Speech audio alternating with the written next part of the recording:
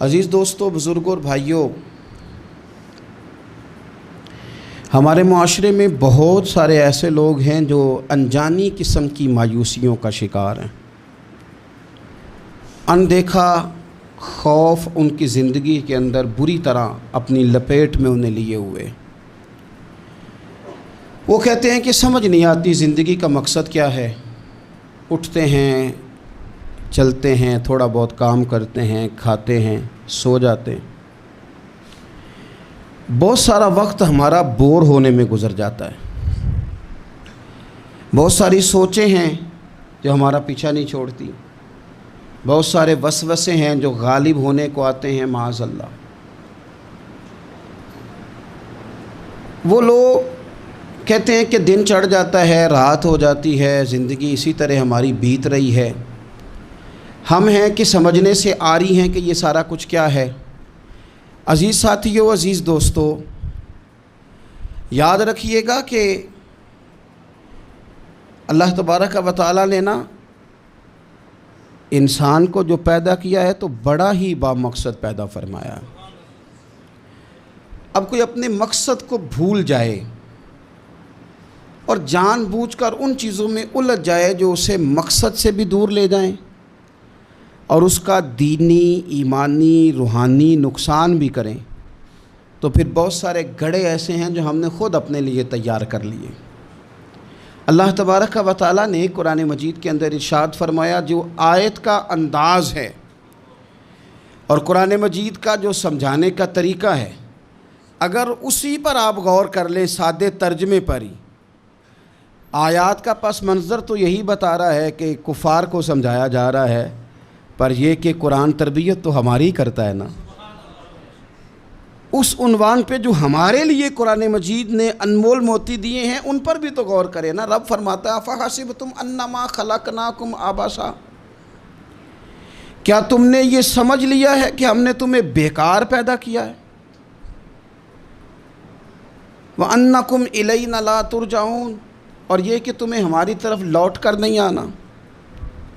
کیا تم نے سمجھا ہے بیکار ہے تمہارا پیدا ہونا، بڑا ہونا، مشکلوں سے ماں باپ کا تمہیں پالنا، یہ سارا کچھ ایسے ہی ہے؟ یہ تو اس مالک نے تمہیں بنایا ہے جو ساری حکمتوں کو جاننے والا ہے، جس کا علم، جس کی قدرت، جس کی حکمت ہر چیز کا احاطہ کیے ہوئے، اس نے تمہیں بنایا۔ تم جب اپنا مقصد ہی بھول گئے، مقصد کیا تھا؟ وما خلقت الجن والانس الا لیعبدون، رب فرماتے ہیں جن اور انسان میں نے اپنی عبادت کے لیے پیدا فرمائے۔ ہمارے اوقات تیزی سے ضائع ہو رہے ہیں، تیزی سے، اور ہم انجانی قسم کی اور نہ چاہنے والی مصروفیات کا شکار ہیں، اور پتہ نہیں ہم کہاں جانا چاہ رہے ہیں، کہاں کھڑے ہونا چاہ رہے ہیں، کہاں رکنا، کہاں رہنا چاہ رہے ہیں۔ میرے رسول پاک صلی اللہ تعالیٰ علیہ وسلم کے غلاموں، ہمارے ہاں نا کچھ لوگ ایسے ہیں جن کے پاس کچھ چیزیں ہیں، کچھ چیزیں نہیں ہیں۔ کچھ لوگوں کے پاس مال ہے، کچھ کے پاس نہیں ہے۔ کچھ لوگ ایسے ہیں جن کے پاس کوئی عہدہ ہے، کوئی طاقت ہے، کوئی دنیاوی منصب ہے، کچھ کے پاس نہیں ہے۔ لیکن وقت ایک ایسی قیمتی چیز ہے جو سب لوگوں کے پاس موجود ہے۔ اب شرط یہ ہے کہ اس کو صحیح کر کے ترتیب دیا جائے، اپنے اوقات کو فارغ نہ گزارا جائے۔ مجھے بھی ایک دن ایک دوست نے کہا تھا کہ میں بور بہت ہوتا ہوں، تو میں نے کہا یار شاید ہم بھی ہوتے ہوں، لیکن اب بور ہونے کا وقت بچا کوئی نہیں زندگی میں۔ اب اتنا ٹائم نہیں ہے کہ بور ہوا جائے، کسی نہ کسی کام بندہ لگا رہے، تو پھر ایسا محسوس ہوتا ہے کہ بور ہونے کے لیے کوئی گنجائش ہی زندگی میں باقی نہیں بچی۔ اگر آپ چیزوں کو مینج ہی نہیں کرتے، ہمارا وقت کیسے گزرتا ہے بھلا؟ جو چیز ہم سب سے زیادہ ضائع کر آئے ہیں زندگی میں پیچھے اور کر رہے ہیں، وہ وقت ہے۔ اسے ہم بڑا قیمتی بنا سکتے تھے۔ ہیرے موتی سے زیادہ قیمتی وقت کے لمحات تھے جو ہم نے بڑی بے دردی سے ضائع کیے، بڑی بے دردی سے۔ کہاں کہاں ضائع ہو رہا ہے؟ ہوٹلوں میں، قہوہ خانوں میں، گپوں میں، غیبتوں میں، چغلیوں میں، دوسروں کو نیچا دکھانے میں، سازشیں کرنے میں۔ ہمارے ہاں لوگ سازشوں میں وقت ضائع کرتے ہیں، ہمارے ہاں لوگ موبائلوں پہ وقت ضائع کرتے ہیں، فضول قسم کی ہماری ابحاث ہے جن میں وقت ضائع ہوتا ہے۔ اس ضائع ہونے والے وقت نے ہم سے ہمارا بڑا کچھ چھینا ہے۔ ہمیں بڑی ناکامیوں پہ لا کھڑا کیا. وہ ناکامیاں ہم دوسروں کے اوپر تو ڈالنے کو تیار ہو جاتے ہیں, اس کا الزام تو مختلف جگہ پہ دھر دیتے ہیں, پر یہ ماننے کو تیار نہیں ہوتے کہ ہم نے زندگی میں وقت بڑا ضائع کیا. میرے رسول کائنات سرور کائنات صلی اللہ علیہ وسلم نے فرمایا 2 نعمتیں ایسی ہیں جن کے بارے میں بہت سارے لوگ دھوکے میں. یا رسول اللہ صلی اللہ علیہ وسلم کون کون سی؟ فرمایا ایک صحت اور دوسری فرصت. یہ نعمتیں ہیں تیرے پاس. اگر تو تندرست ہے بہت بڑی نعمت تیرے پاس, اور اگر تیرے پاس فراغت ہے تو سمجھ لیں رب نے موقع دیا ہے قرآن پاک پڑھنے کا, اللہ نے موقع دیا ہے درود و سلام پڑھنے کا, رب نے موقع دیا ہے تجھے خیر کرنے کا, اللہ نے موقع دیا ہے کثرت سے سجدے کرنے کا, مالک نے تجھے موقع دیا ہے اپنی بارگاہ میں جھکنے کا, اللہ نے موقع دیا ہے دعائیں مانگنے کا, نوافل پڑھنے کا, اذکار کرنے کا, تسبیحات پڑھنے کا, لیکن ہم نے ضائع کر دیا ٹائم کو. حکیم الامت مفتی احمد یار خان صاحب نعیمی رحمۃ اللہ علیہ, انہوں نے قرآن مجید کے ایک پارے کی تفسیر لکھی ہے تو ایک پوری جلد بن گئی ہے تفسیر کی. ہر پارے کی ایک جلد ہے. 8 جلدوں میں انہوں نے حدیث پاک کی شرح لکھی ہے. ساری زندگی دین کی خدمت کی. کس طرح کر لی؟ اس لیے کہ چیزوں کو انہوں نے طے کر لیا تھا. وہ 1 بجے خطبہ جمعہ کا آغاز کرتے تھے تو جب وہ سپیکر میں الحمدللہ کہتے تھے نا تو لوگ اپنی گھڑیاں ٹھیک کرتے تھے کہ لو بھی 1 بج گیا ہے. یہ ترتیب دیا ہمارے بزرگوں نے, ٹائم مرتب کی چیزیں. مفتی صاحب گزر گئے, ہو گیا ٹائم, تو کہتے ہیں کبھی گھڑی منگوا کے بھی دیکھتے تو واقعی 4:45 ہوئے ہوتے. طے شدہ زندگی گزاری, اس لیے ان کے وقت میں برکت تھی. انہوں نے پڑھا بھی لیا, لکھ بھی لیا, اور انہوں نے ہزاروں صفحات لکھے, خدمت بھی کی, اور وہ سرخرو ہو کر رب رسول کی بارگاہ میں حاضر بھی ہو گئے. میرے رسول پاک صلی اللہ تعالیٰ علیہ وسلم ارشاد فرماتے ہیں, یہ حدیث امام بہقی نے لکھی ہے, حضور فرماتے ہیں کہ جب روزانہ سورج طلوع ہوتا ہے نا تو اس دن وہ دن اعلان کرتا ہے, وہ دن اعلان کرتا ہے کہ اگر کوئی کام کرنا ہے تو کر لو, میں آج آیا ہوں, آج کے بعد نہیں آؤں گا. آج کا کام آج کر لو, میں کل نہیں آؤں گا. جو دن آج آیا ہے یہ قیامت تک بھائی دوبارہ نہیں آئے گا. جس کی آج تلاوت رہ گئی, جس کا آج درود پاک رہ گیا, جس نے آج سجدے نہ کیے معاذ اللہ رہ گئے اس کے, جس نے جو خیر کرنی تھی آج کے دن نہ کر سکا تو رہ گئی. حضرت عمر بن عبدالعزیز رحمۃ اللہ علیہ سے کسی نے کہا حضور یہ کام رہنے دے, کل کر لیجئے گا. تو فرمانے لگے جو کل کرنا ہے وہ پھر کب کروں گا؟ اس کام کو کل کر لوں گا تو جو کل کرنا ہے وہ کب کروں گا؟ امام شافعی رحمۃ اللہ علیہ فرمایا کرتے تھے کہ میں نے نا صوفیاء سے ایک بات سیکھی ہے جس نے مجھے زندگی میں بڑا نفع دیا ہے. آپ فرمایا کرتے تھے کہ صوفیاء کہتے ہیں کہ وقت ایک تلوار ہے, یہاں تو تم اسے اپنے بس میں کر لو, یعنی مینج کر لو, طے کر لو, معاملات کو مرتب کر لو, اس طرح اس وقت یہ کرنا ہے, اس وقت یہ کرنا ہے, تو پھر تم اس تلوار کی وجہ سے ساری مشکلات کو کاٹ دو گے. اور اگر تم نے اس تلوار کو نہ تھاما تو یہ وقت ایک ایسی تلوار ہے پھر یہ تمہیں کاٹ دے گا. اور فرمایا کرتے تھے یہ اتنی تیزی سے پگھلتا ہے وقت, کالے بال سفید ہو جاتے ہیں, سیدھی کمر ٹیڑھی ہو جاتی, تندرست وجود بیمار ہو جاتا. اتنی تیزی سے پھر یہ وقت گزرتا ہے کہ برف اگر دھوپ میں رکھ دی جائے تو وہ اتنی تیزی سے نہیں پگھلتی جتنی تیزی سے ہماری زندگی کے دن پگھل رہے ہیں. ہم سمجھ رہے ہیں دن بڑھ رہے ہیں, حالانکہ دن بڑھ نہیں رہے, دن کم ہو رہے ہیں. ہم موت کے قریب جا رہے ہیں. اپنے روزمرہ کی جو چیزیں ہیں, معاملات زندگی ہے, اس پر خوب توجہ دیں اور خوب محنت کریں اور چیزوں کو طے کر لیں. اگر آپ طے کر لیں گے تو آپ محسوس کریں گے کہ ہم نے زندگی میں کچھ کر لیا ہے. لیکن میرے بھائی اگر سوچنے میں, سمجھنے میں, سیروں میں, آنے جانے میں, میں اکثر دوستوں سے کہتا ہوں کہ زندگی شگل میلے میں گزر گئی لوگوں کی, شگل میلے میں, یا بیسوں میں یا شگل میلے میں. 2 گلیاں چھوڑ کے مسجد ہے تو آپ نے نہیں دیکھا ہوگا کہ 15 بندے اکٹھے ہو کے مسجد جاتے ہو کسی گلی سے, 15 20 جا رہے ہیں, آؤ چلیں یار سارے جمعے کا ٹائم ہو. اس طرح نہیں اکٹھے ہوتے, 7 گلی میں جانا ہے. لیکن اگر انہی لوگوں سے کہا جائے کہ سیر کے لیے جانا ہے تو پوری بس بھر جاتی ہے ایک محلے سے. انہی سے کہا جائے کہ میلہ ٹھیلا لگا ہے وہاں جانا ہے تو پوری بس بھر جاتی. 7 والی گلی جانے کو تیار نہیں. میرے بھائی جنت انسان کی کامیابی کا مقام ہے. جنت وہ جگہ ہے جہاں ہم کامیاب ہو کر فلاح پا کے جائیں گے. جنت وہ جگہ ہے کہ جہاں کوئی حسرت باقی نہیں رہے گی، کوئی خواہش باقی نہیں رہے گی، اور جنت کے اندر وہ نعمتیں ہیں کہ نبی پاک صلی اللہ تعالیٰ علیہ وسلم فرماتے ہیں کہ تمہارے رب نے تمہارے لیے جنت میں وہ نعمتیں تیار کی ہیں نہ کسی آنکھ نے دیکھی، نہ کسی کان نے سنی، نہ تمہارے دل پر کبھی خیال ہی گزرا ہوگا کہ یہ بھی ہمیں ملے گا۔ وہ سارا کچھ بھی اللہ تمہیں جنت میں عطا کرے گا۔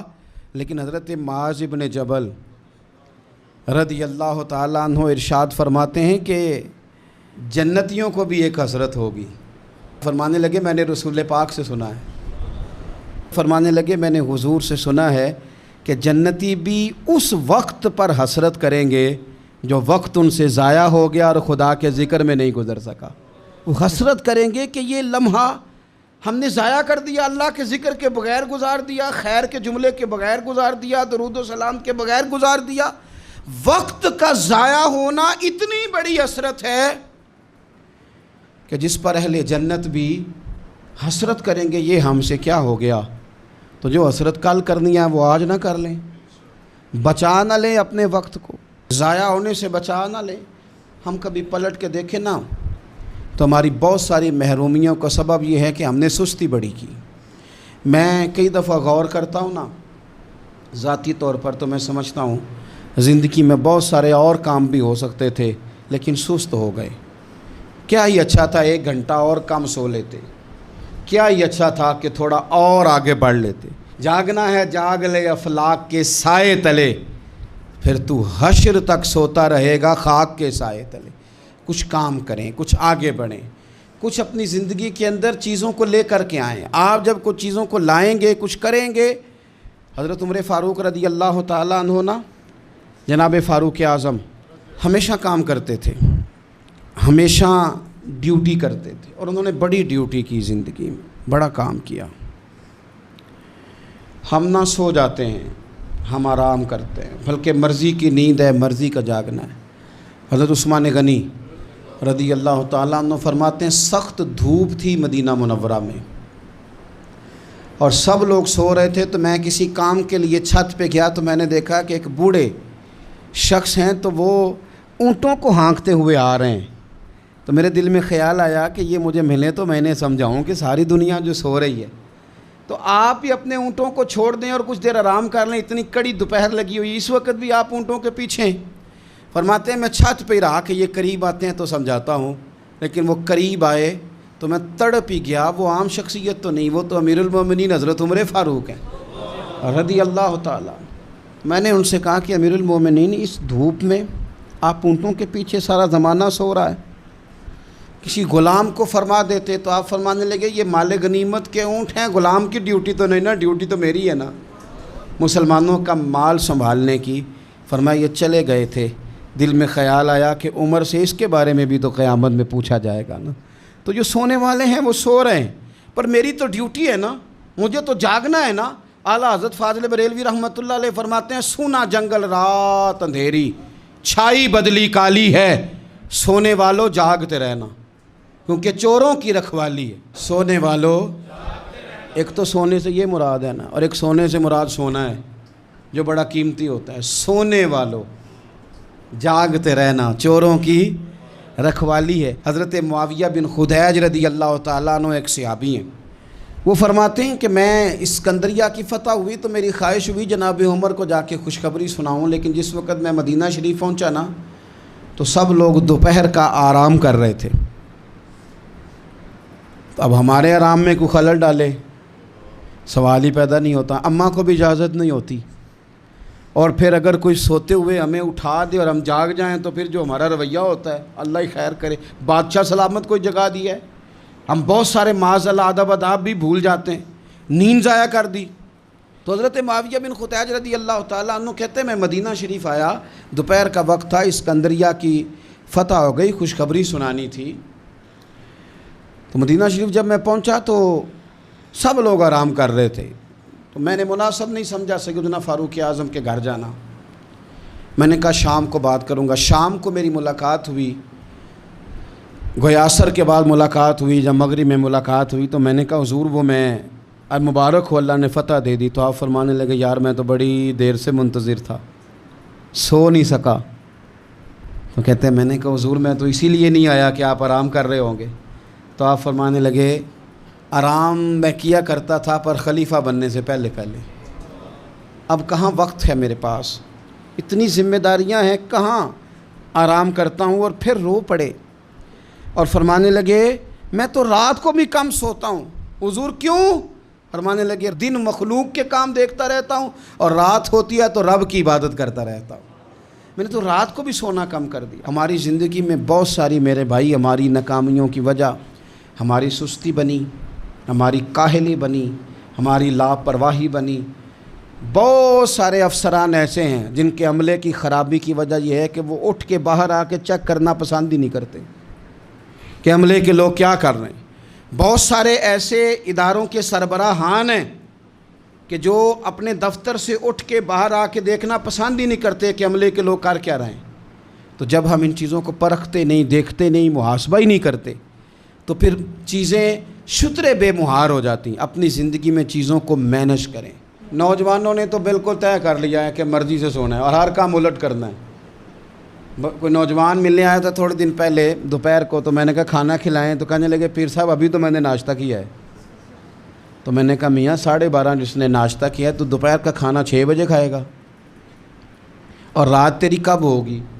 پھر یہی ہے نا کہ 12:30 اماں تو بیچاری بڑھاپے میں اٹھ کے پکا کے نہیں دے گی، تو برگر ہی کھائے گا، اور سویرے وہ ہضم نہیں ہوگا، پھر تو دوائی بھی کھائے گا۔ جب آپ فطرت کے خلاف چلتے ہیں، رات رب نے سونے کے لیے بنائی اور دن جاگنے کے لیے، تو جب الٹ کرو گے جوانوں تو صحت پر بھی اس کا اثر پڑے گا۔ دن کی جو نیند ہوتی ہے وہ سستی پیدا کرتی ہے، اور رات کی نیند آپ کی تھکاوٹیں دور کرتی ہے۔ تو جس چیز نے آپ کو سست کرنا ہے اس پر توجہ زیادہ ہے، اور جس چیز نے آپ کو طاقتور کرنا ہے اس پر آپ کی توجہ نہیں۔ وقت پر رات کو سونا اور کچھ نہ کچھ کرتے رہنا۔ میری بزرگوں سے بھی گزارش ہے کہ ریٹائرمنٹ کی زندگی اور جوانوں سے بہت زیادہ امیدیں لگا لینا اور کمزور پڑ جانا، یہ بھی چیزیں انسان کے لیے مشکل پیدا کرتی ہیں۔ کیوں ریٹائر ہوں؟ کبھی تلاوت سے بھی بندہ ریٹائر ہوا ہے، کبھی درود و سلام پڑھنے سے بھی بندہ ریٹائر ہوا ہے، کبھی معاذ اللہ کثرت نفل سے بھی بندہ، نوافل سے بھی بندہ ریٹائر ہوا ہے۔ اللہ اللہ کریں، کچھ کام کریں۔ حضرت امام قاضی ابو یوسف رحمۃ اللہ علیہ، آپ پہلے قاضی القضاء ہیں امت کے۔ امام اعظم ابو حنیفہ رحمۃ اللہ علیہ کے آپ شاگرد ہیں، چیف جسٹس بنایا تھا ہارون رشید نے آپ کو۔ ساری زندگی علم پڑھنے میں، علم پڑھانے میں گزری۔ وہ جو نبی پاک صلی اللہ علیہ وسلم کا فرمان ہے نا، ہمیشہ سیکھنے کا، طلب کرنے کا، اس پر بڑے شوق سے عمل کیا۔ آخری وقت آیا تو بڑے بیمار ہو گئے تھے۔ شیخ ابراہیم ایک عالم ہیں، وہ کہتے ہیں میں آپ کی زیارت کے لیے گیا تو آپ نا اتنے علیل تھے کہ بے ہوشی کے عالم میں آپ آرام کر رہے تھے۔ میں بیٹھا تو ہوش آیا۔ ساری زندگی علم پڑھانے میں، دین سیکھنے میں، دین سکھانے میں، لوگوں کو بتانے میں، تحقیق کرنے میں گزر گئی۔ آنکھ کھلتے ہی نہ مجھ سے کہنے لگے اچھا ہوا ابراہیم تم آ گئے، ایک مسئلہ ڈسکس کرنا تھا۔ میں نے کہا حضور اس حال میں بھی؟ تو کہنے لگے اچھا نہیں دین پڑھتے پڑھاتے سیکھتے سکھاتے دنیا سے چلے جائیں، ہم سے زیادہ خوش نصیب کون ہوگا؟ کہتے ہیں میں اتنا متاثر ہوا کہ دنیا سے جا رہے ہیں، شوق ابھی بھی علم کا ہے، آخری ہجکیاں ہیں اور علم کا ابھی بھی شوق ہے۔ فرماتے ہیں ان کی طبیعت میں بڑی نکات تھی، مسئلہ بتایا، پھر لیٹ گئے۔ میں نے سلام لی، اور جب میں ان کے دروازے سے آگے گزرا تو پیچھے سے کسی کے رونے کی آواز آئی۔ میں نے پوچھا کیا ہوا؟ تو کہنے لگے امام ابو یوسف کا وصال ہو گیا۔ آخری دم تک ان لوگوں نے اپنے معاملات کو نہیں چھوڑا، چیزوں کو مینج کر کے رکھا۔ مسند امام احمد بن حنبل میں حضرت انس بن مالک رضی اللہ تعالی عنہ کی حدیث ہے، میرے نبی پاک صلی اللہ علیہ وسلم نے فرمایا قیامت قائم ہونے لگے، تمہیں پتہ لگ جائے قیامت آنے والی ہے، اور تمہارے ہاتھ میں ایک چھوٹا سا پودا ہو، تو فرمایا قیامت قائم ہونے سے پہلے پہلے اسے بھی لگا دینا، خیر کا کام کر ہی لینا۔ وہ جو تمہارے پاس تھوڑا سا وقت ہے تو وہ بھی انتظار میں نہ گزار دینا کہ قیامت آ رہی ہے تو انتظار کروں، فرمایا وہ پودا بھی لگا دینا تاکہ اس کا ثواب بھی تمہارے نامہ اعمال میں پہنچ جائے۔ کیوں وقت ضائع کریں، کیوں لمحات ضائع کریں، کیوں ایسا کام کریں جو ہمارے لیے بڑی مشکل کا باعث ہے۔ ہم نے ابھی تک طے نہیں کیا کہ ہم نے کرنا کیا ہے۔ بہت سارے لوگ ابھی تک طے نہیں کر پائے کہ میں دراصل ہوں کیا، میرا سفر کیا ہے، میں نے جانا کدھر ہے۔ بہت سارے لوگ ایسے ہیں جن کی ابھی تک ساری توجہ دوسروں پر ہے، اپنے اوپر توجہ کر ہی نہیں سکے۔ ہم نے طے ہی نہیں کیا، اور جو کام کرنے والے تھے 39 سال عمر پائی حضرت عمر بن عبدالعزیز نے، 39 سال، پورے 40 نہیں، لیکن وہ کروڑوں بار درود و سلام بھی پڑھ گئے، وہ سینکڑوں مرتبہ قرآن مجید بھی ختم کر گئے۔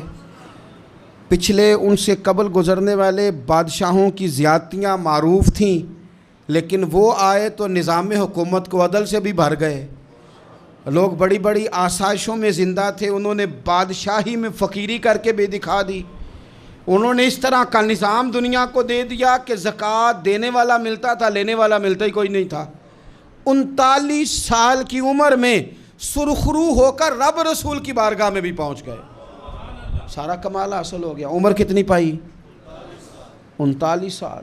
میرے محبوب پاک علیہ السلام کی جو ظاہری عمر مبارک ہے وہ 63 سال ہے، اور 23 سال حضور کا دور تبلیغ ہے، اس میں 27 جنگیں لڑی ہیں نبی پاک صلی اللہ علیہ وسلم، 27۔ اس کے اندر میرے نبی پاک صلی اللہ علیہ وسلم نے تبلیغ کے لیے کفار سے مقابلہ کیا، طائف سے لے کر تبوک تک کے سفر کیے۔ میرے اور کائنات کے محبوب علیہ السلام نے ان 23 سالوں کے اندر حضرت بلال حبشی رضی اللہ تعالیٰ عنہ کی آوازیں زمین سے لے کر جنت تک اپنے مقدس کانوں سے سماعت بھی فرمائیں۔ اپنے غلاموں کو اتنے درجوں تک حضور نے پہنچایا۔ حضور نے پوری دنیا میں ابلاغ دین بھی کیا، کتاب و سنت بھی سکھایا، نبی پاک نے واعظ و نصیحت بھی فرمائی، جنگوں اور غزووں میں بھی وقت دیا۔ کفار کے ساتھ جہاں معاہدے کرنے تھے وہ معاہدات بھی حضور نے کیے، لیکن یہ ساری چیزوں کے باوجود اپنی ازواج کو بھی وقت دیا، ان کی خوشیاں انہیں فراہم بھی کیں۔ ان ساری چیزوں کے باوجود میرے محبوب نے سیدہ فاطمہ سے، سیدہ رقیہ سے، سیدہ ام کلثوم سے، بڑی سب سے صاحبزادی سیدہ زینب، ان سب سے محبت بھی فرما لی۔ اور ان 23 سالوں میں حضور کے کندھوں پہ امام حسن بھی کھیلے اور گود میں امام حسین بھی کھیلے۔ سارا ہی وقت حضور نے مینج کیا، سارا وقت حضور نے مینج کیا، ہر چیز نبی پاک صلی اللہ علیہ وسلم نے ہمیں طے کر کے دے لی۔ میرے عزیز یاد رکھیں، اپنی زندگی کے اندر چیزوں کو مرتب کریں۔ ہمارا اتنا وقت بے معنی، بے مقصد گزر رہا ہے، بے مقصد۔ اور ایک بات آخر میں اور بھی آپ سے عرض کرنی ہے، ان لوگوں کی صحبت سے بھی بچیں جو وقت کو ضائع کرتے ہیں۔ سست لوگوں کے پاس بیٹھو گے نا تو سستی آئے گی، ان لوگوں کے پاس بیٹھو گے نا جو کچی کچی مایوس باتیں کرتے ہیں معاذ اللہ، تو آپ کے اندر وہ باتیں بھر دیں گے۔ صحبت نہ چاہتے ہوئے بھی بندے پر اثر ڈالتی ہے۔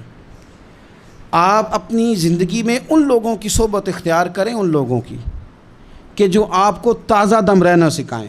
اقبال نے کہا پلٹنا جھپٹنا، جھپٹ کر پلٹنا، لہو گرم رکھنے کا ہے ایک بہانہ۔